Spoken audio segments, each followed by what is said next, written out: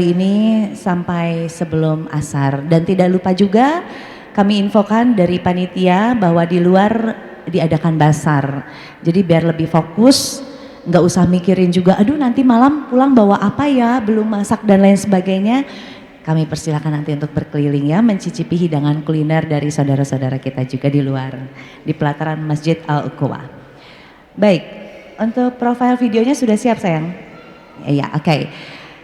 Untuk kesempatan kali ini dalam kegiatan dakwah Tilas Bread menegakkan tauhid di timur dan di barat.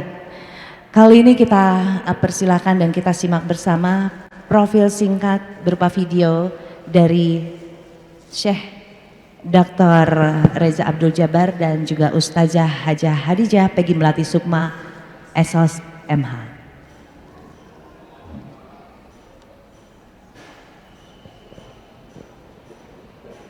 Bismillahirrahmanirrahim. Assalamualaikum warahmatullahi wabarakatuh. Sebelumnya perkenalkan saya Mala dari Kadijati Foundation. Di sini saya ingin memperkenalkan sedikit tentang lembaga kami, yaitu Kadijati Foundation. Kadijati Foundation adalah lembaga berbasis Islam yang bergerak di bidang sosial, kemanusiaan, dan mengembang misi dakwah sekaligus pendidikan Al-Quran.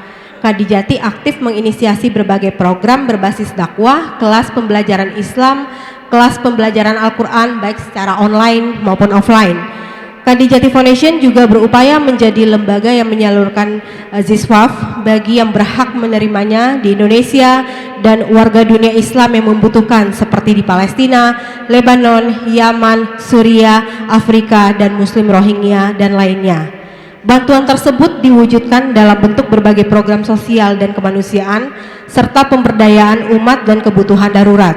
Salah satu fokus dari program Kadijati adalah terus peduli untuk mendukung rakyat Palestina yang sedang berjuang melawan kolonialisme dan penindasan dengan tujuan utama menghormati dan menjaga tanah suci umat Islam, yaitu Masjidil Aqsa. Kadijati Foundation diperkasai oleh seorang tokoh yang sudah dikenal cukup luas di masyarakat dalam dunia hiburan dan dunia bisnis. Kemudian beliau melakukan hijrah dan berdakwah di dunia kemanusiaan. Beliau adalah Hajah Hadijah Peggy Melati Sukma dengan legalitas resmi yayasan bernama Hadijati Amanati Indonesia. Untuk lebih jelas, mari kita simak program berikutnya.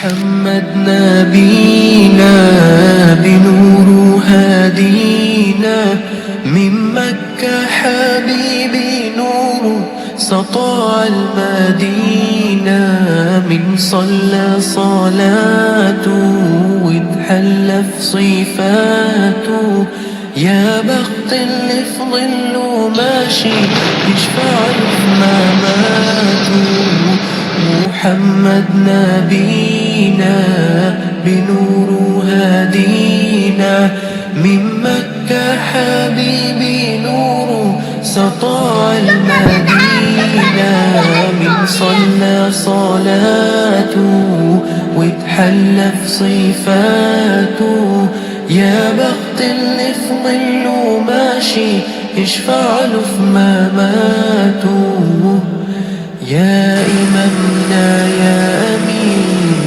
يا سند للمسلمين يا حبيبي يا محمد يا ابن عبد الله تمت الرسالة تمام والحبيب مسك الختام طول حياتي وفي صلاتي بدعي صلي وراه محمد نبينا بنور هدينا من مكة حبيبي نور سطع المدينة من صلى صلاته حلت صفاته يا بخت اللي في ظله ماشي يشفع له في مماته من أول ينفع عمري سمعت أبويا وأمي بيصلوا عليه اللهم صل عليه حببني في الإيمان حسسني بالأمان وتعلقت بيه اللهم صل وسلم وبارك عليه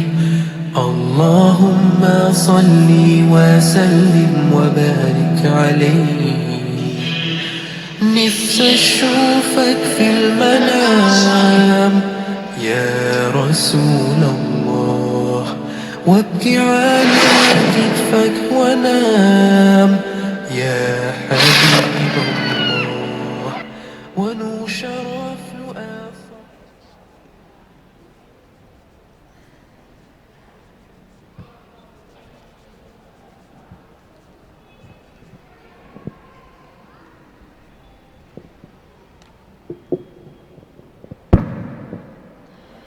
Iya, baik. Mbak Malanya kemana? Masya Allah, Mbak Mala tadi sudah memperkenalkan ya bahwa mengenai Hadi Jati ini memang ini merupakan satu lembaga dakwah yang mana kegiatan-kegiatan kemanusiaan, kegiatan-kegiatan yang memang seperti biasa kita lakukan ya untuk saling berbagi, dan ini merupakan kegiatan-kegiatan yang akhirnya bisa membantu kita juga untuk mengumpulkan pundi-pundi amal ibadah kita ya Mom ya. Baik, nah kayaknya udah gak sabar ya Mom, kita akan ketemu dengan Hadijah ya. Siap, sebentar. Makasih banyak loh Mbak Mala untuk penjelasannya.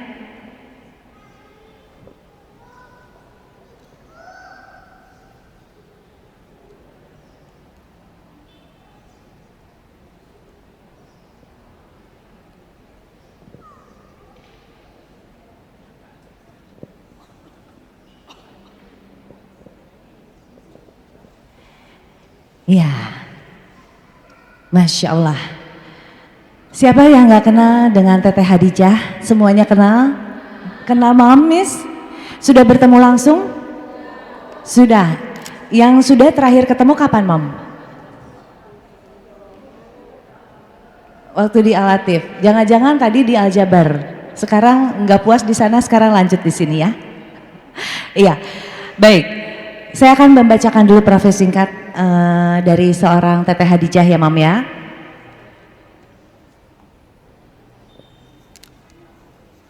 Yang kita kenal Hajah Hadijah Peggy Melati Sukma, SSMH. Beliau lahir di Cirebon, Jawa Barat. Ada orang Cirebon juga? Iya, ternyata orang Cirebonnya nggak muncul hari ini ya. Iya.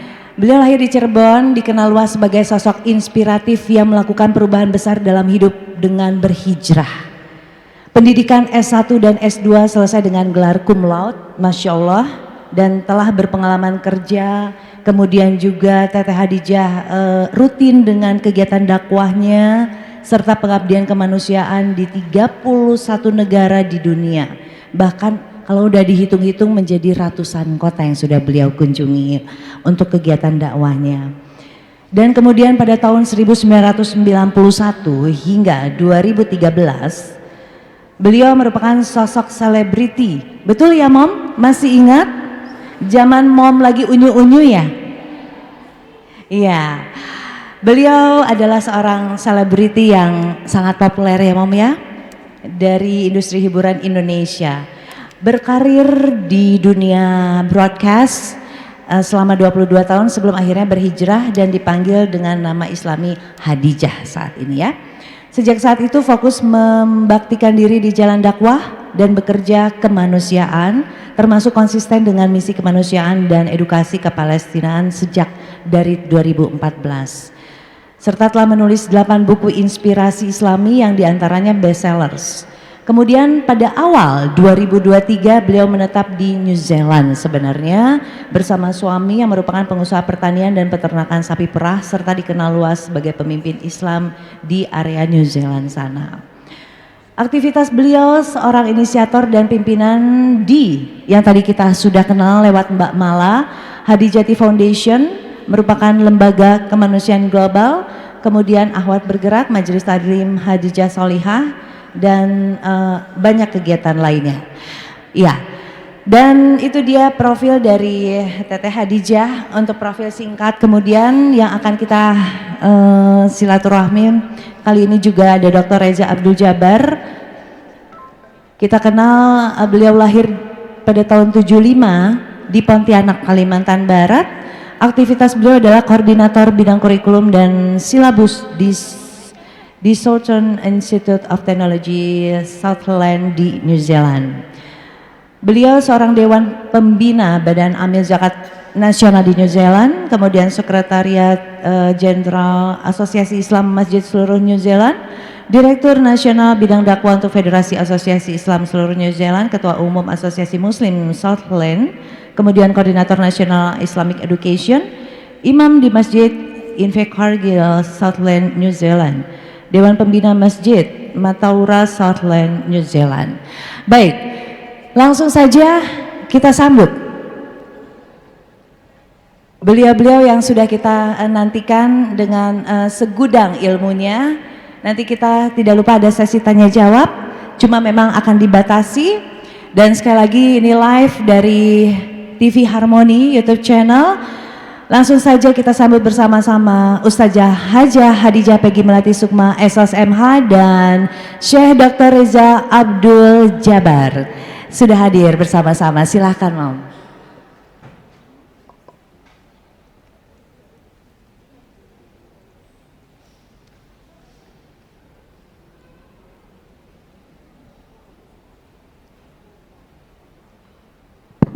Bismillah. Bismillah.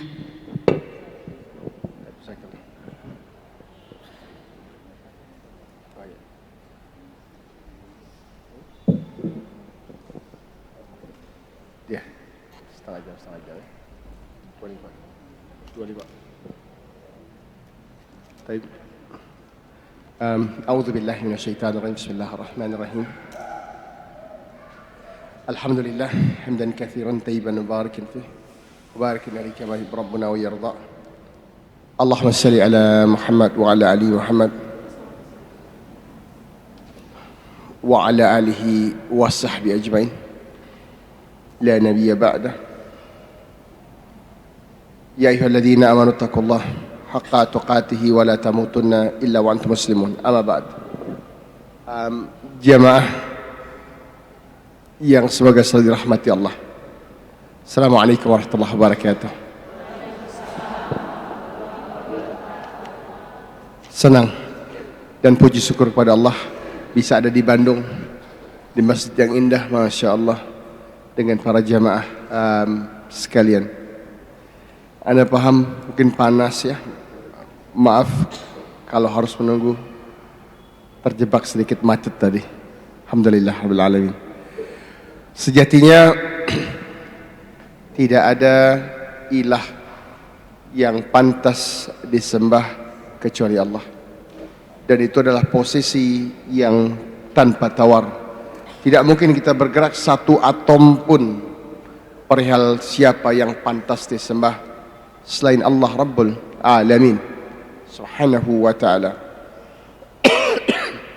Salawat dan salam pada Nabi sallallahu alaihi wasallam dan seluruh anggota keluarganya, istri-istri beliau, ibunda-ibunda kita orang-orang beriman, ummahatul mukminin radhiyallahu anha ajmain, para sahabat radhiyallahu anhum ajmain, dan seluruh manusia yang mengikuti risalahnya Nabi sallallahu alaihi wasallam ketika itu di masa yang lampau, sekarang maupun yang akan datang, sampai mana kehidupan ini Allah tentukan dan akan berakhir. May yahdihillahu fala mudilla lahu wa may yudlil fala hadiyalah. Kita juga hakul yakin di atas keimanan kita bahwa barang siapa yang Allah berikan hidayah, maka tidak ada suatu apapun yang bisa menyesatkannya. Dan barang siapa yang Allah tinggalkan, biarkan tersesat, maka tidak ada suatu apapun yang bisa memberikan mereka hidayah. Ibunda jamaah sekalian, tauhid satunya Allah suatu resolusi dasar penciptaan kita adalah benar-benar dengan hakul yakin. Kalau kita melihat keyakinan itu ada macam-macam kan? Ada orang yakin, ya. Kemudian di atas yakin saja ada yang namanya ilmal yakin. Ilmal yakin ini dia yakin karena telah berilmu, gitu ya. Ada ilmu yang memberikan dia keyakinan. So, jadi naik lagi keyakinan menjadi ilmal yakin. Di atasnya ada lagi yang namanya ainal yakin. Ainal berarti dia telah melihat. Kalau ada orang mengatakan benar, saya udah lihat, gitu ya, berarti benar-benar dia yakinnya naik kelas. Tapi dalam agama Allah ini ada level tertinggi yang namanya hakul yakin. Maknanya itulah keyakinan yang paling tinggi setelah dia berilmu, ya, dan di atas seluruh syariat yang Allah telah tentukan. Nah, urusan tauhid haruslah menjadi suatu urusan yang kita semua mesti hakul yakin bahwa tidak ada sesembahan selain Allah Azza wa Jalla. Untuk mencapai tauhid yang lurus, tentu ini sebuah perjalanan datang ke majlis-majlis ilmu dan keseluruhannya. Tapi fondasi dasar ini tidak akan tercapai kalau masih ada ilah-ilah lain, masih ada sesembahan-sesembahan lain yang masih nempel di badan kita atau di pikiran kita. Misal, seseorang merasa enggak pede kalau enggak pakai baju tertentu, enggak pede kalau enggak didampingi oleh seorang guru tertentu misalnya, tidak pede kalau tidak didampingi oleh paranormal, dukun dan selanjutnya, masih percaya tentang sesajen, ya, sembahan-sembahan, barang-barang keramat, khurafat dan tahayul, percaya pohon tersebut angker. Sampai segitunya, ibunda. Kalau kita percaya dia angker, berarti kita secara prinsip mengakui dia punya kekuatan, padahal la haula wala quwwata illa billah, tidak ada daya upaya dan kekuatan kecuali dari Allah. Seorang muslim dikatakan dia seorang muslim karena dia bertauhid, karena dia menerima dan bersaksi asyhadu an la ilaha illallah wa asyhadu anna muhammadan abduhu wa rasuluh. Ya, jadi dia bersaksi bahwa tidak ada Tuhan yang pantas disembah. Jadi pondasi dasar dari orang bertauhid ini menihilkan, mengenolkan, meniadakan, mengabaikan, mengosongkan, menolak seluruh ilah-ilah lain yang mungkin masih ada. Jimat misalnya, air putih keramat misalnya, ya, melepas burung ke kanan sehingga kalau jalan belok kanan, ya, percaya kalau duduk di tepi jalan situ bisa nggak dapat suami, ada yang begitu kan, gitu ya, benar ya. Ini berbagai macam yang masih hidup di masyarakat. Maka kami ingin sampaikan bahwa tolaklah seluruh mitos tersebut dan bergantunglah hanya kepada Allah Jalla wa'ala, sehingga kita bisa hidup mulia. Kenapa? Karena kita akan benar-benar bergantung hanya kepada Allah, tidak lagi tidak lagi digerogoti ya, tidak lagi digelantungi oleh mitos-mitos yang merusak tauhid dan melemahkan diri kita. Kenapa lemah? Kita menjadi lemah ketika kita tidak bergantung hanya kepada Allah. Kita menjadi lemah ketika kita bergantung pada hal-hal lain. Bahkan sebagian ilahnya uang, itu pun mesti kita tolak. Atau bahkan sebagian ilahnya bosnya, gitu kan? Atau sebagian lagi punya ilah, ya inilah dia. Maka dalam syariat tauhid itu selalu dimulai dengan meniadakan ilah-ilah yang mungkin masih menempel, ya. Keris sakti misalnya, contohnya panjang ibunda, terus dan terus kan gitu ya. Pengen kalau pakai tas ini memberikan good luck charm.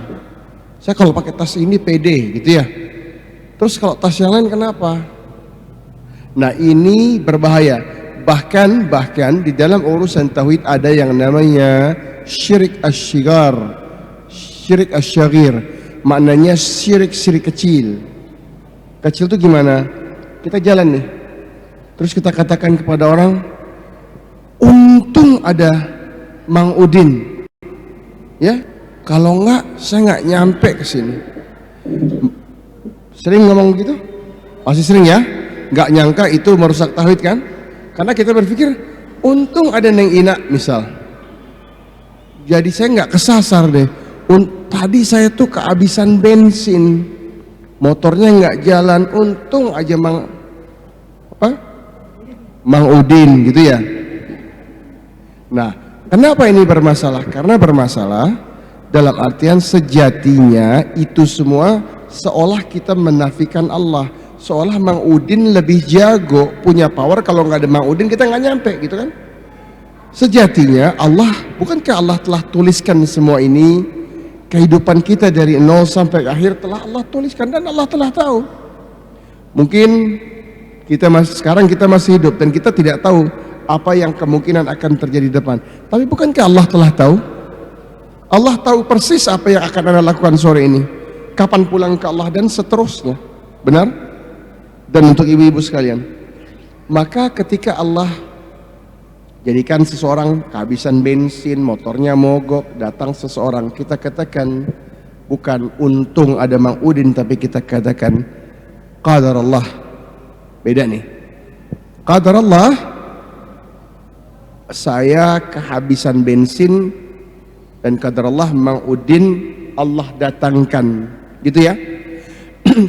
Mang Udinnya di sini sekarang turun kapasitasnya bagi orang yang menolong. Karena apa? Karena dia kita dudukkan sebagai hamba Allah yang Allah sejatinya turunkan buat kita dan udah tercatat. Bukan lagi tiba-tiba atau ujuk-ujuk ada Mang Udin, dan kalau nggak ada Mang Udin kita nggak datang. Enggak, paham ibu? Nah, jadi seorang muslim ini mesti benar-benar memperhatikan perkataannya, perbuatannya, gitu ya. Apatah lagi yang masih senang datang ke kuburan minta wangsit. A'udzubillah minasyaitonirrajim. Kita berlindung kepada Allah dari syaitan yang terkutuk. Ini jelas-jelas suatu kesyirikan. Dan ini bukan lagi syirik asy-syaghir atau syirik kecil, tapi menjadi syirik al-kabir, gitu ya. Jadi fondasi dasarnya harus mengimani Allah yang satu dengan menolak seluruh ilah-ilah yang lain. Nah, beda cerita orang pengen datang ke kuburan ingin ziarah. Ini sekarang kita disunnahkan. Kenapa? Karena mengingatkan kita akan hari yang pasti datang, yakni kematian. Dan untuk mendoakan saudara-saudari teman. Dan sejatinya itu kebaikan. Tapi untuk datang ke tempat orang, bismillah.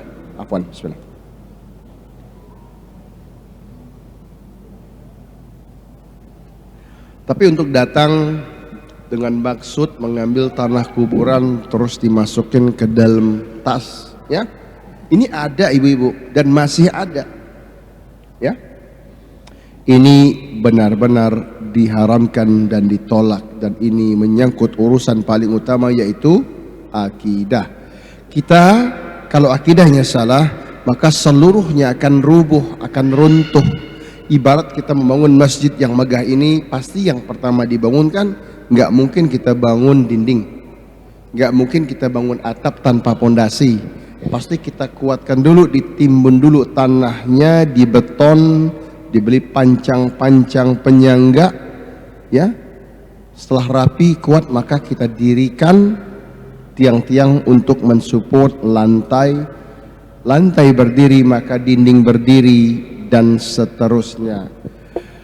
Inilah yang kita semua dituntut dalam berislam. Maka maknailah tauhid dengan sebaik-baiknya. Dalam seluruh Al-Quran, ya, ada surat yang kita semua paham dan tahu, yaitu Al-Fatihah, ya, Ummul Kitab, ibunya bacaan. Al-Quran sendiri, ibunda, terdiri dari 3 bagian dasar, yaitu sepertiganya tauhid, sepertiganya mengacu dan menyuruh dan mengajarkan kita tentang satunya Allah. Sepertiganya lagi isinya adalah, ya, ahkam, hukum-hukum, yang ini boleh, yang itu nggak boleh, begitu ya. Bagaimana menikah, bagaimana bagi waris, apa saja kewajiban secara garis besar. Tapi ada lagi sepertiga yang isinya risalah, kisah, cerita tentang umat-umat terdahulu yang dengannya kita bisa mengambil manfaat dan belajar. Nah, tauhid yang kita ingin bangun ini tak mungkin terbangun tanpa ilmu. Dan kalau tadi Al-Fatihah adalah surat pembuka, Ummul Kitab, yang semua kita bisa baca, tapi mungkin tidak semua kita paham maknanya. Benar? Nah, karena kalau kita paham surat Al-Fatihah saja, ketika kita baca, dia pasti dan akan merubah kehidupan kita menjadi jauh lebih baik. Kalau 7 ayat Al-Quran yang termaktub di dalam Al-Fatihah, pembukaannya, Ummul Kitab itu sebegitu keren, seolah dia menjadi ibunya bacaan. Di dalam 7 ayat itu ada 1 ayat yang tingkatannya lebih tinggi lagi, yaitu, siapa yang tahu? Siapa yang tahu ayat itu? Ya, silakan. Masya Allah, ahsanti, ya. Mbak siapa? Bener Mbak, bener bunda. Ambilnya di dalamnya. Ya, sebentar. Ambilnya di dalam sana. Jadi benar. Jadi ibunda mengatakan iyyaka na'budu wa iyyaka nasta'in. Kenapa iyyaka na'budu wa iyyaka nasta'in menjadi ayat yang paling dahsyat, yang paling menggetarkan jiwa? Karena isinya tauhid. Lagi-lagi kita mengacu kepadanya dengan mengatakan engkau saja, gitu ya. Hanya engkau, you alone we worship, ya Allah. Hanya engkau yang kami ibadahi, gitu kan? Iyyaka na'budu wa iyyaka nasta'in, dan hanya kepada engkau kami meminta, ya Allah. Jadi bayangkan, tanpa kehadiran tauhid atau tanpa tauhid yang lurus dan benar, kita tidak mungkin sampai kepada posisi hanya bisa meminta kepada Allah. Mungkin lisannya meminta kepada Allah, tapi pikirannya, tenang aja, ada bude, gitu ya. Mungkin besok lusa kurang uang, berpikir enggak deh, enggak apa-apa, minta ama paman. Jadi yang mana yang kita lebih tergantung, sama Allah Rabbul Izzah atau kepada paman atau ama pimpinan misalnya? Nah, inilah kesalahan sebagian besar manusia. Karena merasa sudah paham tentang suatu elemen yang namanya satunya Allah, dan merasa hanya dan mengatakan la ilaha illallah sudah cukup, tanpa ingin memaknainya, tanpa ingin belajar apa sih La ilaha illallah dan seluruh turunan daripada ayat-ayat ini. Kalau ratusan ayat, hampir 500 dalam Quran itu menyuruh kita hanya mengibadahi Allah. Sebegitu banyak. Kitab lain ya ada ayat langsung begitu. Berarti mengibadahi Allah ini suatu keharusan, suatu keniscayaan, dan and the only option, satu-satunya cara, satu-satunya jalan menuju kemuliaan. Orang yang telah sampai kepada tahapan di mana dia hanya bergantung pada Allah dan menihilkan dan meniadakan seluruh ilah-ilah dan sembahan lainnya, maka dia pun bisa jalan di atas muka bumi ini dengan tenang. Apapun yang terjadi dengan dia, susah, senang, gembira, tidak gembira, dia biasa saja karena yakin bahwa Allah telah mengatur seluruh episode ini, tapi tetap berusaha dan berikhtiar. Jadi kalau menggunakan perkataan Umar bin Khattab radhiyallahu anhu, kita hanya berpindah dari satu takdir Allah ke takdir Allah lainnya. Indahnya tauhid ibunda. Dalam ayat yang lain Allah juga menyuruh dan memerintahkan kita belajar. Qala Allah Ta'ala fa'lam annahu la ilaha illallah wa yaghfir li dhanbik. Maka ilmuilah tauhid, ilmuilah la ilaha illallah, fa'lam. Bukan hanya sekedar dibaca dan dia kelar, ya. Dan minta ampunlah atas seluruh kesalahan kita, ya. Allah juga janjikan kemenangan. Qad aflahal muslimun. Maka pasti orang-orang beriman itu pasti berhasil, kata Allah. Pasti menang, pasti sukses. Dan semua kunci kesuksesan tadi ada di kemampuan kita untuk berserah diri, benar-benar patuh kepada Allah Jalla wa'ala, dan menuhankan Allah dengan sepenuh jiwa, raga, hati, dan seluruh yang kita miliki, dan benar-benar menolak seluruh bentuk kesesatan, bentuk kesyirikan, bentuk penghambaan kepada ilah-ilah lain. Mari kita cek rumah kita masing-masing. Sebagian mungkin di antara teman-teman kita di luar masih ada yang percaya dengan gantungan ini, gantungan itu, gitu ya. Pohon angker. Subhanallah. Tidak mungkin seorang yang beriman takut sama pohon. Gak berani lewat jalan tertentu karena itu kabarnya ada tikungan yang bisa ngejatuhin motor misalnya. Subhanallah, tidak mungkin. Minal mustahil. Kalau tikungannya jatuhin motor karena dia licin, itu ada alasan ilmiah. Orang sering jatuh karena licin, begitu ya. Orang sering jatuh naik motor karena berlubang, ini lain cerita. Islam juga tidak menafikan itu. Berarti kita betulkan lubangnya dan mungkin hilangkan licinnya. Tapi bukan berarti aspal punya kekuatan mistis, kekuatan spiritual bisa narik kita. Ini tidak boleh kita imani dan tidak boleh kita punya pandangan demikian.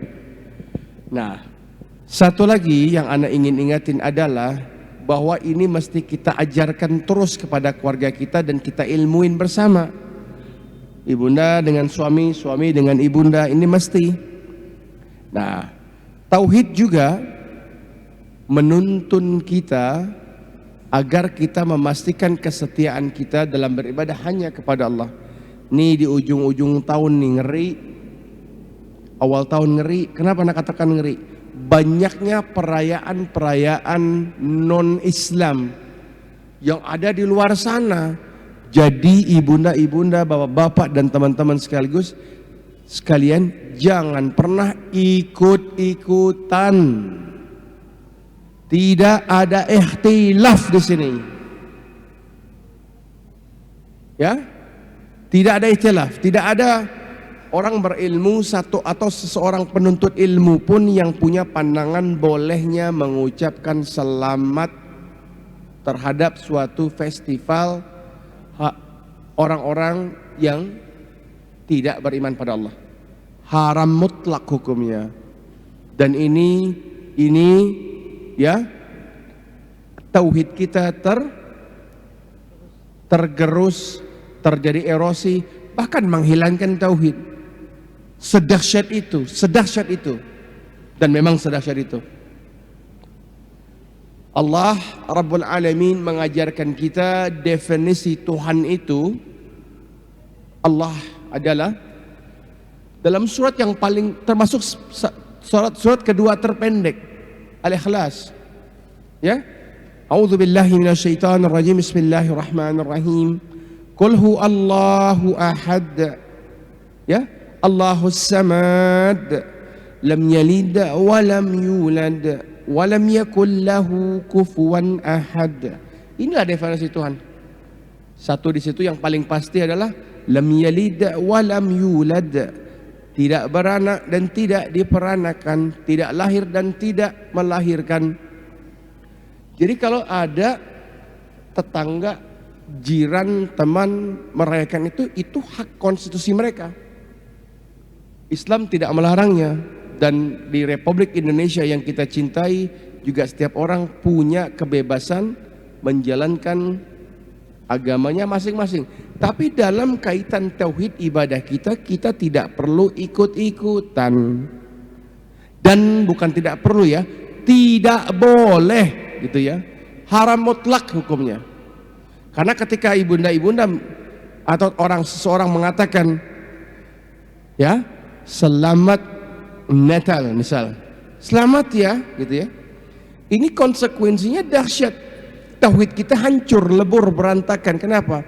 Kita sedang mengatakan bahwa kalau ada seorang ibu, misal ibu punya pekerjaan, gitu, selamat ya bu, dapat kenaikan pangkat. Itu berarti suatu percakapan yang mengatakan, bu selamat ya bu, kami mengakui ibu naik pangkat, benar ya? Atau ada ibunda yang punya anak, selamat ya atas kelahiran putrinya mbak, gitu ya? Itu kita sedang mengakui bahwa dan mengimani bahwa ibu itu anaknya sedang lahir. Suatu fakta.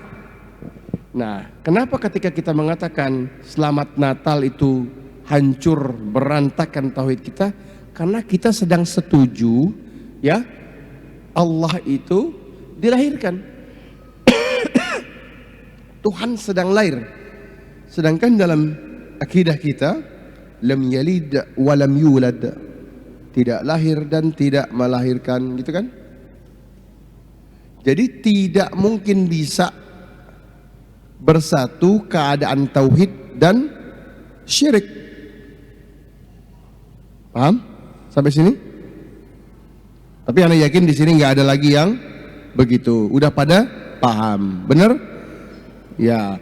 Tapi kita mesti terus meneruskan ini kepada teman-teman kita. Karena begini ibunda, kalau katakan nun jauh di sana, ada seseorang sedang duduk, ada tiba-tiba seseorang, katakan ya, wanita yang mungkin kurang benar, katakanlah seorang PSK gitu ya, duduk di antara masyarakat. Satu lagi seseorang yang senang mengundi dengan anak panah gitu ya, atau seorang yang melepaskan burung, dia ingin burung itu ke kanan atau ke kiri. Di kebanyakan orang bingung ketika ada seorang wanita yang menjajakan dirinya, maka dia dianggap sangat tidak baik, bahkan diejek, direndahkan dan dihina. Betul? Dibanding dengan seorang lelaki, katakan, yang punya hobi mengundi dengan anak panah atau melepaskan burung, ingin melihat kemana arah burung itu dan itulah rutenya, mana yang lebih parah?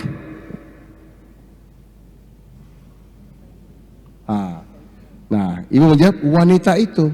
Nah, gini bu, sejatinya wanita yang menjual dirinya itu adalah zina, itu dosa besar. tapi Allah ampunkan seluruh dosa kecuali syirik. Lelaki yang duduk melepaskan burung, ini syirik ibu, dan itu tidak terampuni. Tapi sayangnya di masyarakat tidak demikian, sebagaimana ibu memahaminya, terlupakan. Kebanyakan orang mengatakan, itu tuh si Anu gini, itu nggak bener tuh. Mungkin maksud ibu itu baik, agar suaminya nggak digoda gitu ya, mungkin. Ini kan khususnya gitu kan ya. Atau mungkin gerah aja karena mungkin mbak-mbaknya suka menawarkan dirinya di antara masyarakat, dan itu fair saja. Tapi dalam konsekuensi kita beragama Islam, yang satu dosa besar tapi tetap diampuni, yang satu mengundi anak panah melepaskan, ini menyekutukan Allah, dan ini kalau dia tidak bertaubat maka dia mati dalam keadaan syirik. Ya, tapi kelihatannya di masyarakat kan nih orang piara burung kok Ustaz, gitu kan ya. Wallahi ya Syekh, dia ini cuman piara burung, dia lepasin, dia ikut, seolah dia orang baik. Ya, jadi kita mesti belajar agama ini dengan segala konsekuensinya.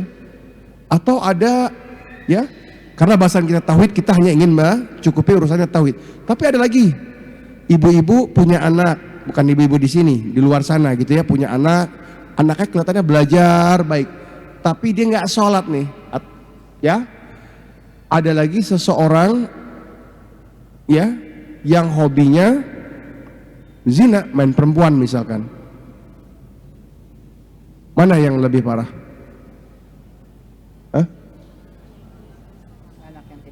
Anak yang tidak sholat, masya Allah, benar.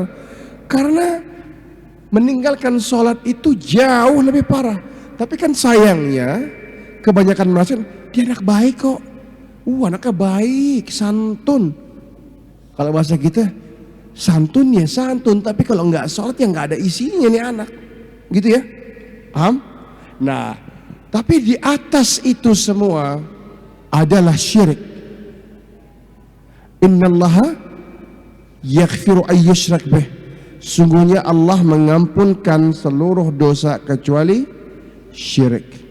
Dan syirik itu hadir dan hidup di antara kita semua. Ada yang pakai kalung, merasa kalung itu kekuatan. Ada yang masih beli pisang ditaruh ke belakang. Ada yang membangun rumah, menanam kepala ternak di bawahnya. Waliyadzubillah, subhanallah al-azim. Dan ini mesti kita entaskan Republik Indonesia ini dari seluruh praktek-praktek kesyirikan, karena ini mengundang amarah dan murkanya Allah, supaya kita tidak lagi berada di atas kemuliaan. Itu tujuan mereka, itu yang syaitan inginkan. Maka mari sama-sama kita belajar tentang agama Allah. Datangilah kajian-kajian ilmu. Kita tahu yang mana hak Allah, kita paham bagaimana Allah itu disembah, kita paham bagaimana Allah itu diibadahi, dan kita paham bagaimana kita juga mengetahui nama-nama Allah dan sifat-sifatnya, agar kita mampu dan terus belajar dalam memahami agama Allah ini dan berdiri tegak dan mulia di atas ketauhidan yang menjadi bekal utama kita hidup di dunia. Baik, ana cukupkan untuk kembali ke Teteh. A'udzubillahi minasyaitonirrajim. Bismillah walhamdulillah wassalatu wassalamu ala Rasulillah, amma ba'd. Asyhadu alla ilaha illallah wa asyhadu anna Muhammadan abduhu wa rasuluh. Allahumma sholli wa sallim wa barik ala Muhammad wa ala alihi wa sahbihi ajma'in. Amma ba'd. Assalamualaikum warahmatullahi wabarakatuh. Masya Allah, tabarakallah, alhamdulillahirabbil alamin. Alhamdulillahilladzi bi ni'matihi tatimmus shalihat. Segala puji hanya bagi Allah. Kita hidup di dunia bukan mengejar pujian, bukan ingin dipuji, bukan ingin dipuja, bukan ingin diperhatikan manusia, sehingga tauhid ini harus kita amalkan dalam kehidupan sehari-hari. Dunia ini tempatnya berjuang. Mungkin kita mengatakan, ya Allah Syekh, dengan apa yang Syekh sampaikan kok rasanya berat ya hidup di dunia ini. Umi, abi, ibu, ayah hidup di dunia memang hanya sementara, karena tujuan kita masihlah panjang, perjalanan masihlah jauh. Soal waktu itu rahasia Allah, tapi soal tahap demi tahap Allah sudah sampaikan. Kita masih di dunia, sebentar lagi meninggalkan dunia, masuklah kita di alam barzah sambil menunggu hari kiamah. Setelah itu hancurlah seluruhnya sampai hari kebangkitan. Barulah kita lanjut perjalanan berkumpul di padang mahsyar. Masihlah kita menantikan hari pengadilan Allah. Semoga setelahnya kita bisa tiba dan menikmati telaga Rasulullah Sallallahu Alaihi Wasallam sebelum melanjutkan perjalanan melintas sirat, dan insya Allah kita semua tiba dengan selamat di pintu-pintu syurga. Dan insya Allah para muslimah di sini seluruhnya, ya Allah kabulkanlah doa kami agar kami menjadi para muslimah yang diizinkan Allah boleh memasuki syurga dari pintu yang manapun, karena 4 hal: terjaga sholat wajibnya, terjaga puasa wajibnya, terjaga kehormatannya, aurat diri kita, tubuh ini, dan yang keempat, taat kepada suami di atas ketaatan kepada Allah dan Rasulnya. Semoga seluruh rangkaian perjalanan ini dapat kita lewati dengan selamat. Bunda, kalau sudah memikirkan perjalanan yang masih harus kita tempuh, maka jadi terasa kan di dunia ini amat singkat.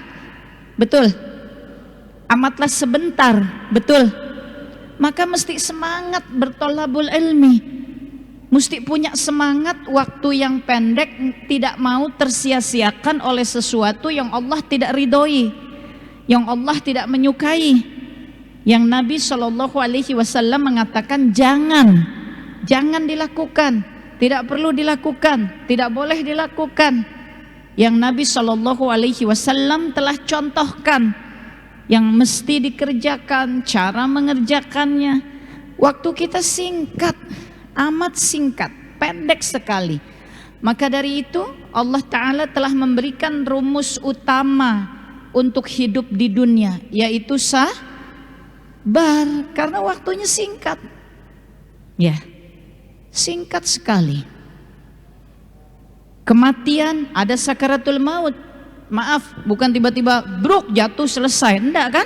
Ada malaikat Allah yang dikirim untuk menarik keluar ruh dari jasad ini, dan kita akan melewati tahap demi tahapnya ketika ruh sedang meninggalkan jasad. Bukankah semua kita di masjid ini telah menyaksikan, mungkin mendampingi, mungkin mengurusi, mungkin bertakziah, mendatangi keluarga, saudara, kerabat, kawan, sahabat yang telah mendahului kita? Betul? Itu nasihat, itu pembelajaran dari Allah Subhanahu wa Ta'ala kepada kita agar senantiasa menjaga ketauhidan kepada Allah dalam waktu yang singkat. La ilaha illallah. Coba yang bawa Quran di handphonenya bisa dibuka surah Al-Baqarah ayat 165. Kita buka sama-sama ya.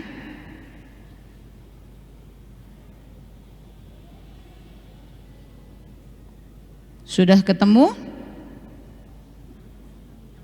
Al-Baqarah 165.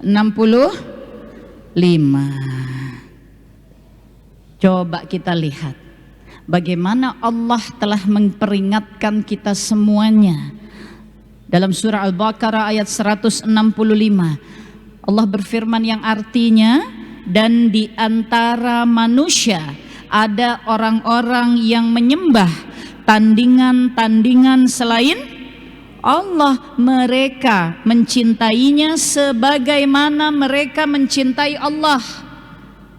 Ini Allah ingatkan, ada di antara hamba-hamba Allah ini orang-orang yang dia mencintai Allah. Bukan artinya dia tidak mencintai Allah. Dia mencintai Allah, tapi mencintai juga tandingan-tandingan Allah. Dan apa yang Allah sampaikan? Adapun orang-orang yang betul-betul beriman, real, sesungguhnya iman, maka amat sangat cintanya kepada Allah. Dan jika seandainya orang-orang yang berbuat zalim itu mengetahui ketika mereka melihat siksa di hari akhir, bahwa kekuatan itu semuanya kepunyaan Allah, dan bahwa Allah amat berat siksanya, maka sesungguhnya mereka akan menyesal.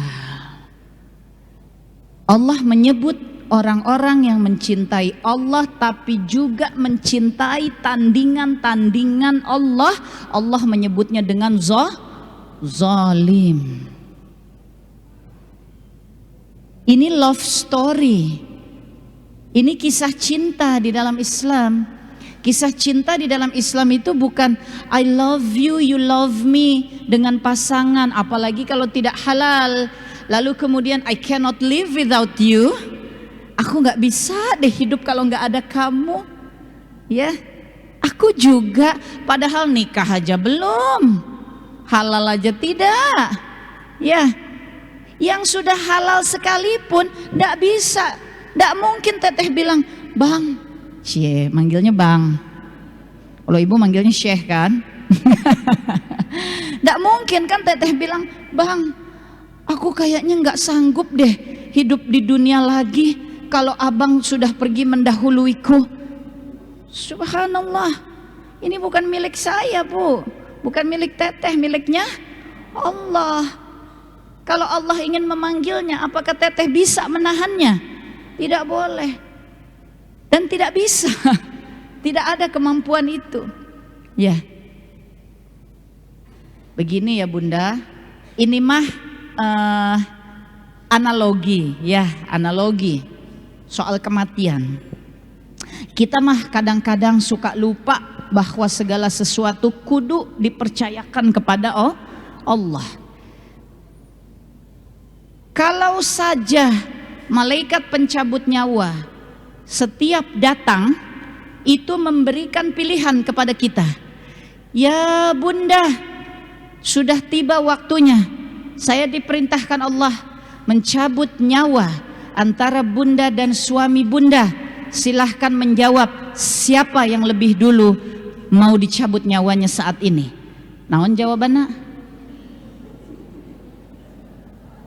Pan tengok-tengokan kayaknya. Mau jawab, oh malaikat saya saja. Siap, yakin? Enggak, esok jawab atuh, silahkan ya malaikat suami saya saja. Oh siap atuh. Gitu bu ya. Maka hidup ini percayakan kepada Allah, biar Allah yang pilihkan. Sudah pasti di situ adalah kebaikan. Sudah pasti di situ adalah hikmah dari Allah.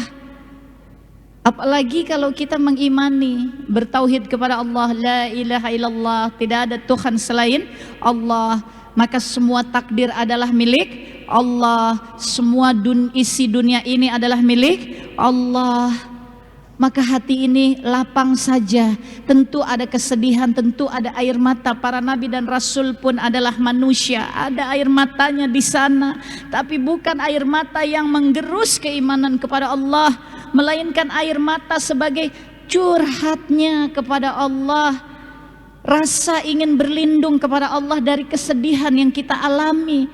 Bukan air mata yang menggugurkan iman, bukan air mata yang marah kepada takdir, bukan lisan yang kemudian terganggu ketauhidannya.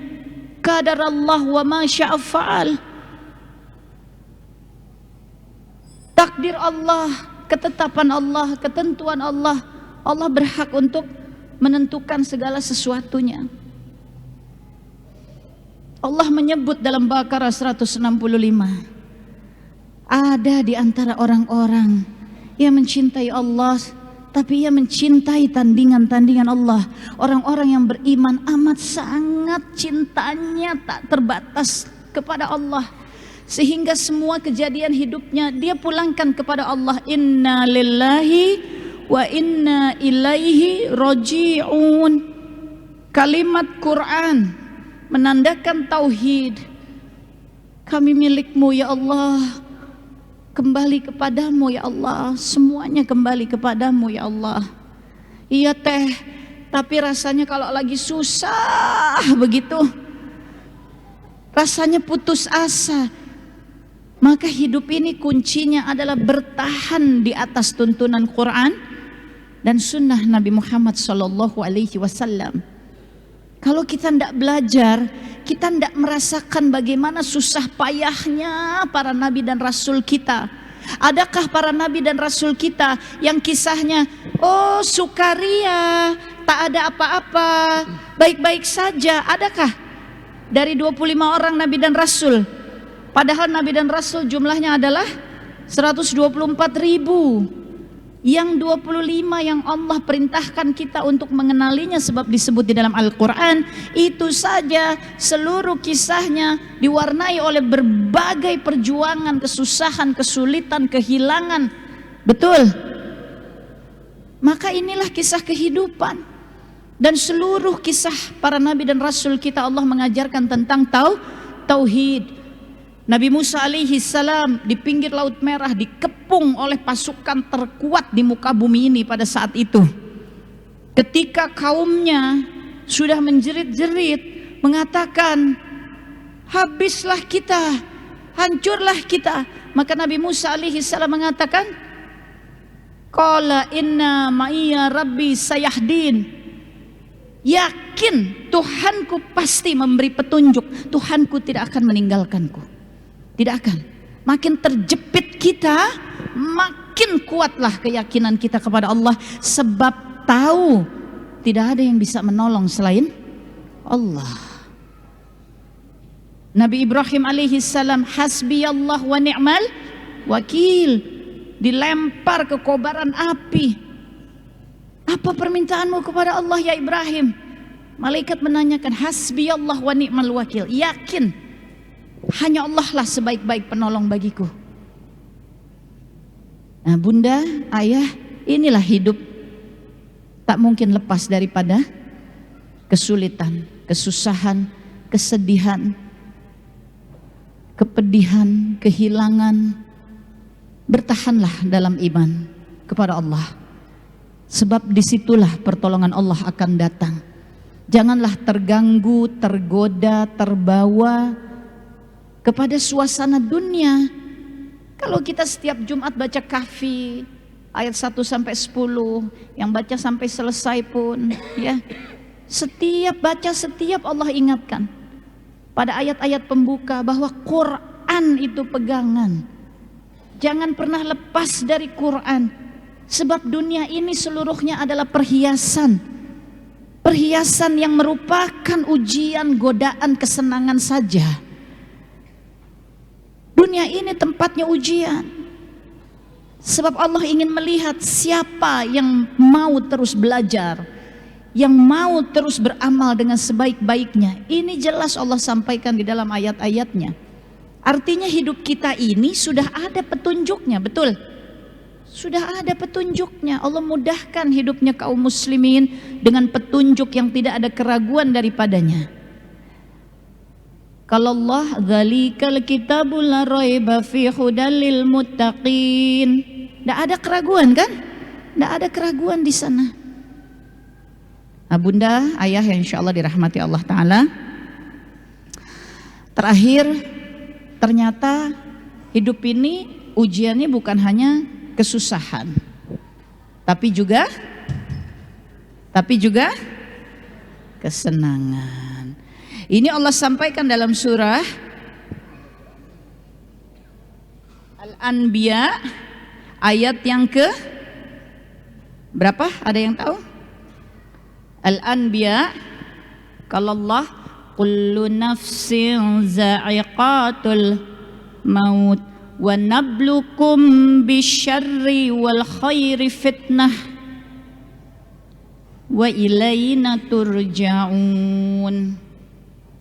Setiap yang bernyawa pasti mati. Kata Allah, kami akan uji kamu dengan keburukan dan kebaikan.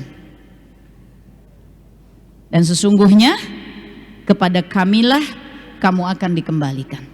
Allah telah menyebut kami akan menguji kamu dengan keburukan dan kebaikan sebagai cobaan yang sebenar-benarnya, maka kepada kamilah semua dikembalikan. Itu petunjuk bukan? Iya. Setiap yang bernyawa pasti mati. Petunjuk. Kita tahu kita bernyawa, betul? Berarti kita pasti mati. Maka persiapkan. Be ready for that.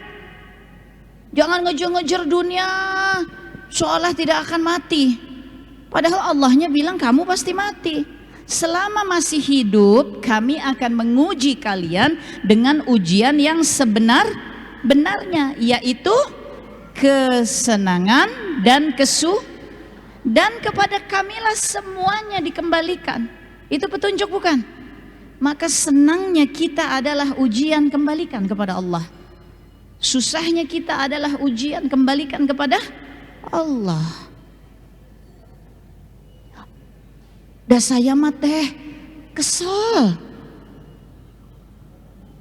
Punya saudara-saudara teh menikepoh. Hidup teh rasanya tidak tenang. Punya saudara-saudara kepoh, itu ujian kesenangan apa kesusahan? Riweuhnya? Iya, da eta teh ujian dari Allah. Maka kepada Allah semua dikembalikan. Gimana caranya itu teh? Kepada saudara-saudara yang kepoh, maka kita senantiasa beristighfar. Kalau mereka kepo-kepo, gibah-gibah, kita jangan terikut-ikut. Kepada Allah semua dikembalikan. Kalau mereka sudah berlebihan, maka bicaralah dengan cara yang baik. Dan merekanya ngotot-ngotot, ya kitanya berusaha tahan. Kalau kelepasan ngotot juga, maka minta ampun dulu kepada Allah. Hamba-hamba yang demikian Allah janji pada surah Ar-Rum ke-40, Allah pasti tolong. Allah jamin. Allah pasti tolong. Ya. Inilah tauhid. Semua kembali dulu kepada Allah. Tentu di permukaan dunia ini kita hidup juga harus berusaha. Maka ada syariat, ada hukum-hukum Allah untuk diamalkan di muka bumi ini. Teh, katanya saya mesti sabar terus. Dan saya mah punya suami teh suka ngagebugin wae. Nih lihat gigi saya udah hilang 2. Ya udahlah biar saya sabar-sabar aja. Itu mah bukan sabar atau bunda, itu apa namanya? Oh, bodoh cenah. Ya, karena ada syariat kan? Ada hukumnya bahwa laki-laki atau seorang suami dilarang melakukan yang demikian kepada istri. Artinya syariat sudah dilanggar. Kalau syariat dilanggar, maka bahkan seorang perempuan boleh mengajukan mundur dari pernikahan. Jadi bukan berarti di atas tauhid aku sabar biar aja sampai gigiku rontok semua. Subhanallah. Ya, nah inilah Islam yang telah mengatur dan melindungi kita semuanya. Terakhir, benar-benar terakhir dalam tema kita ini, me and my other half, aku dan belahan jiwaku, dakwah till last breath. Mari kita jadikan rumah tangga kita, pasangan kita, keluarga kita, anak-anak kita basis perjuangan paling awal, fondasi paling awal di muka bumi ini untuk menegakkan Islam. Dakwah tidak selalu berarti mimbar demikian. Ini cara berdakwah. Tidak selalu berarti panggung-panggung acara islami. Itu cara berdakwah. Dakwah artinya menyampaikan.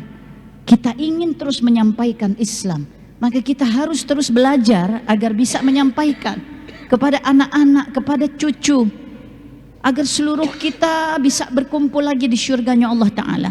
Pada surah Al-Mujadilah ayat yang terakhir, maupun saudara kandung, maupun suami istri, maupun orang tua dengan anak, Allah sampaikan Allah tidak akan kumpulkan di hari akhir bersama-sama jika tidak beriman kepada Allah. Yang Allah kumpulkan bersama di hari akhir adalah jundullah, golongannya Allah. Mereka yang semuanya bersama-sama beriman, bertakwa kepada Allah. Maka istri Nabi Nuh alaihi salam, anak Nabi Nuh alaihi salam, bahkan Asiyah binti Muzahim, seorang istri yang beriman, tentu tidak Allah kumpulkan karena suaminya seperti Fir'aun, ya. Bukan pernikahan, bukan hubungan darah. Yang mengikat kita seluruhnya adalah la ilaha illallah. Semoga kita jadikan rumah tangga kita bersama pasangan kita sebagai jalan dakwah sampai nafas terakhir kita di muka bumi ini. Dan bagi kami berdua mohon doanya agar Allah ridho bagi Teteh dengan Syekh untuk terus berjuang menegakkan tauhid di timur dan di barat. Syekh Reza sudah sejak usia 15 tahun tidak lagi tinggal di Indonesia. Hidupnya di dunia barat, terus belajar Islam. Sampai hari ini Allah amanahkan diantaranya menjadi pemimpin umat Islam di New Zealand. Allah takdirkan Teteh dalam jalan hijrah, belajar lagi agama Allah dan membaktikan diri untuk dakwah dan bekerja kemanusiaan untuk umat. Inilah dari negeri timur, ya. Dan Allah persatukan kami dalam pernikahan ini. Mohon didoakan agar Allah terus pilih kami dan kita semuanya yang hari ini hadir untuk terus berada di jalan dakwah ini sampai Allah kumpulkan kita nanti di syurganya Allah dan kita melewati semua tahapannya dengan selamat. Allahumma inna nas'alukal husnal khatimah, Allahumma inna nas'alukal jannah, Allahumma ya muqallibal qulub tsabbit qalbi ala dinik, Rabbana atina fi dunya hasanah wa fil akhirati hasanah wa qina azabannar. Hasbunallah wa ni'mal wakil, ni'mal maula wa ni'man nasir. Kami hanya butuh Engkau ya Allah. Jangan tinggalkan kami ya Allah. Ingatkanlah kami dengan peringatan-Mu yang betul-betul bisa mengingatkan agar kami cepat kembali lagi ke jalan-Mu di atas tauhid. Semoga Allah merahmati semua ikhtiar kita. Jazakunallah khairan. Kita masuk kepada sesi tanya jawab. Waktunya semakin sempit ya, karena hari ini asarnya jam 3.15. Mungkin kita buka dulu dengan oh sudah banyak yang tunjuk tangan. Oh ada ikhwan juga. Kita beri kesempatan dulu, satu ikhwan satu akhwat ya. Singkat, padat dan jelas. Ya, Singkat, padat silakan dan yang jelas. sudah berdiri. Ya, silakan boleh berdiri, Imam.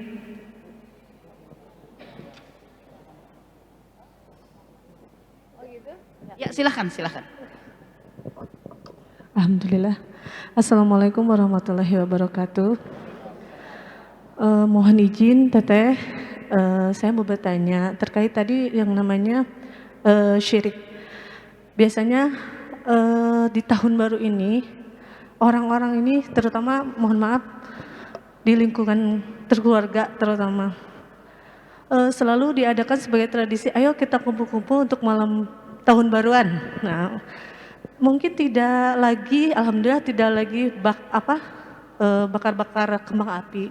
Cuman apakah dengan adanya kalimat ayo kita kumpul bareng keluarga malam tahun baruan, kita merayakan dengan makan-makan keluarga misalnya.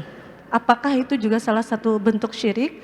Satu itu, dan keduanya bagaimana cara kami yang memang tidak pernah mau ikut tapi selalu dikatakan kok keluarga ini bangkang gitu misalnya, atau memutuskan tali silaturahmi gitu kalau tidak mengikuti acara itu. Itu saja mungkin dari saya. Terima kasih atas waktunya. Assalamualaikum warahmatullahi wabarakatuh. Sambil kita dalam soal jawab ini, nanti ada panitia yang akan keliling akan mengedarkan sunduk itu untuk ibu-ibu yang ingin membantu saudara-saudari kita di Palestin.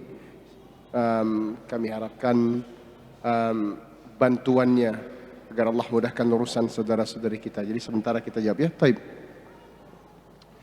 Jadi pertanyaannya tadi bagaimana ketika ada undangan tahun baru gitu ya, dan lainnya tentunya, dan banyak saudari kita atau saudara kita yang mungkin telah masuk Islam tapi masih ada gitu kan Mbak? Mbak masih punya keluarga yang belum berislam? Oke ya.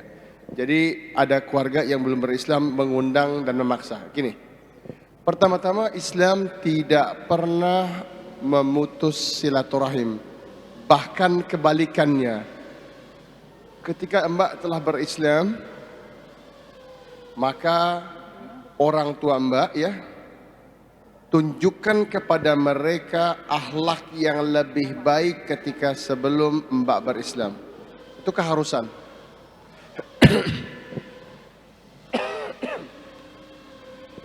Ya, dalam artian yang dibolehkan Allah, tapi tentunya. Nah, inilah yang selalu kita katakan, tidak ada ketaatan kepada makhluk ketika ada maksiat fi maksiatil halik.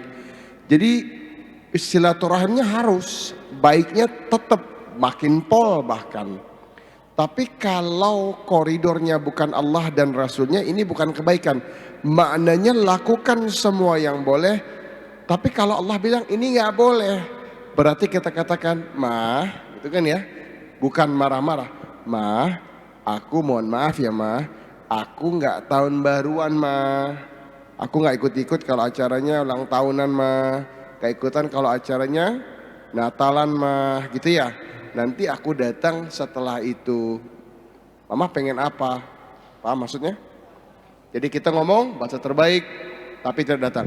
Bolehkah kita datang ketika katakan malam tahun baru, hari tahun baru, dan hanya makan-makan? Isunya Mbak adalah membesarkan hari yang bukan hari besar. Siapa yang tahun baru? Ini festival ini mundur ke belakang, kita akan belajar ini ya. Dari Romans, penyembah api, gitu ya. Ini festivalnya orang-orang yang musyrikin. Paham? Jadi Nabi SAW mengatakan, khaliful yahuda wan nas. Qala Nabi SAW, khaliful yahuda wan nasarah. Ya. Akhful sawarib wa akhful lahya. Ini hadisnya bergabungan dengan janggut ini. Kata Nabi SAW, maka selisihilah Yahud dan Nasarah dan Majus. Kenapa? Karena kita harus punya perbedaan di antara yang mereka pilih sebagai jalan dan kita pilih.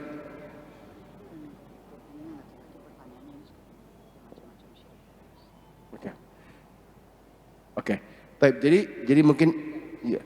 Jadi kita itu isunya. Jadi kalau kita datang hari kedua ketika setelah selesai tahun baru itu tidak ada masalah. Mah aku datangnya ntar ya Mah. Ya, kita harus belajar untuk bisa asik sehingga mamah kita yang mungkin belum berislam tidak merasa apa. Kalau dipaksa gimana? Tetap kalau Allah yang terzalimi berarti itu bukan opsi buat kita. Mah, aku nggak bisa pada hari-hari yang bukan merupakan hari rayaku ataupun hari-hari yang merupakan festival atau hari raya daripada orang-orang selain daripada agama kami. Macam-macam syirik banyak sekali Pak, macam-macam syirik di dalam Islam ini. Ada syirik besar, yaitu benar-benar menyembah yang selain Allah dalam bentuk yang paling nyata. Ada syirik kecil, percaya dengan jimat, dengan sajen, dengan berbagai macam ornamen, dengan koin, dengan gantungan, dengan begini begitu, itu syirik itu. Nah, jadi yang Bapak mesti pahami gini, ketika Bapak melihat apakah syirik, kalau kita harus bergantung sama sesuatu selain Allah, maka kita katakan tidak. Ya, jadi untuk festival-festival di mana teman-teman yang masih punya keluarga, dan ini poin besar ya, karena Ana seorang direktur dakwah dari New Zealand. Orang dakwah itu melihat teman-teman kita yang belum berislam tidak pernah ketus keras apalagi jahat. Ya, sampaikan tauhid dengan hikmah, dengan asik, undang mereka makan ke rumah kita. Yuk ngopi, yuk Mah, yuk ngopi, yuk teman, kan gitu. Itu semua dibolehkan di dalam agama ini. Yuk nyantai. Tapi ketika ada perayaan, ini beda cerita. Berarti kita ikut membesarkan tahun baru. Kita nggak perlu, apanya yang baru sih di tahun baru? Nggak ada yang baru gitu kan. Baik, mungkin demikian. Bunda, Ayah mohon maaf karena waktu yang sangat terbatas ya. Dari pihak masjid sudah sampaikan untuk persiapan asar. Bapak yang tadi menanyakan mungkin bisa dicatat tadi ya. Syirik besar, syirik kecil. Syirik besar itu betul-betul dalam rangka menyekutukan Allah dengan yang lain-lain. Syirik kecil adalah bergantung kepada selain Allah. Bergantung kepada uang, bergantung kepada harta, bergantung kepada benda-benda ya, bergantung kepada orang. Yang seperti tadi Syekh sudah terangkan ya. Mengikuti kepada perayaan-perayaan yang bukan ketetapan dalam Islam. Islam itu hanya punya 2 perayaan kan, Idul Fitri, Idul Adha. Banggalah kita sebagai umat Islam ya. Terakhir sebagai penutup ada satu video pendek. Kalau tadi Syekh menyampaikan bahwa panitia berkeliling dalam rangka mengajak Bunda semuanya ikut tetap peduli, memperhatikan saudara-saudara kita di Palestina. Ingat, urusan Baitul Maqdis, urusan Masjidil Aqsa, urusan tanah Al-Quds itu urusan kaum muslimin. Bukan urusan Palestina, bukan hanya urusan Gaza, apalagi diperkecil lagi urusan Hamas misalnya. Jangan kita termakan propaganda mereka. Ya, semuanya yang ada di Palestina itu mewakili kaum muslimin, menjaga tanah suci kita, mempertahankan tanah suci kita.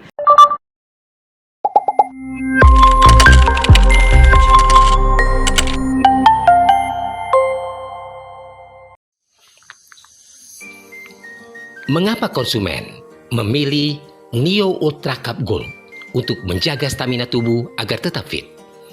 Karena Neo Ultra Cup Gold adalah multivitamin lengkap dengan kandungan vitamin E, vitamin B kompleks, zinc, dan kafein. Neo Ultra Cup Gold tersedia dalam bentuk kapsul yang mudah diminum. Dalam kemasannya praktis, Neo Ultra Cup Gold mudah dibawa kemana-mana. Neo Ultra Cup Gold adalah multivitamin untuk menjalin persahabatan. Tersedia di apotek, toko obat, modern market, dan toko online. Neo Ultra Cup Gold, produksi PT Hanson Pharma. Sobat Harmoni, jika Anda mencari kecap manis sedap, lezat, nikmat, dan aromanya mengundang selera, cocok digunakan untuk masakan Sunda, sate, batagor, dan lainnya, pilihlah kecap manis Cap Noni, produksi Kertasari, Kota Bandung. Kecap manis Cap Noni, rasanya paling dinanti. Anda bingung untuk memilih air minum yang sehat dan aman untuk keluarga di rumah? Air mineral Amaksum solusinya. Dengan harga yang terjangkau dan kualitas yang terjamin, sudah mengantongi sertifikat halal dari MUI, SNI, ISO, dan BPOM. Tentunya jadi pilihan yang tepat untuk keluarga di rumah. Info pemesanan, hubungi customer service di 0811 227 5555. Wow, pedasnya mantap. Sobat Harmoni, cobain deh. Sambal asli Hermans, chili sauce sambal extra hot Hermans, dan tomato kecap Hermans. Tersedia dalam kemasan Regen 6 kg, dalam botol 340 ml 150 cc, dan dalam bentuk saset 10 gram. Serta melayani special order pembuatan sambal. Bila berminat silahkan pesan sambil bawa contohnya. Dan jangan lewatkan setiap makan lengkap dengan chili sauce sambal extra hot Hermans dan tomato kecap Hermans diproduksi oleh PT Kertasari Food. Pokoknya, mantap pedesnya. Sobat Harmoni, telah tersedia kecap 3 telur ayam, membuat makanan jadi lebih lezat dan nikmat. Untuk Anda pecinta kuliner, ganti sekarang juga kecap Anda dengan kecap 3 telur ayam. Kecap 3 telur ayam membuat makanan jadi lebih lezat dan nikmat. Sobat Harmoni, sudah hadir kecap manis Cap Sumpit Mas, produksi Kertasari Bandung. Cocok digunakan untuk bakso tahu dan mie baso, karena kecapnya kental dan manis. Kecap manis Cap Sumpit Mas bisa Anda dapatkan di Jalan Astana Anyar nomor 141 Kota Bandung. Telepon 022 420 1240. Kecap manis Cap Sumpit Mas, rasanya pas. Tetap masa depan gemilang, dimulai dari sekarang. Memandang alam nan indah, melihat jernih peristiwa. BM solusi sehat untuk kita semua. BM banyak manfaat untuk kita semua.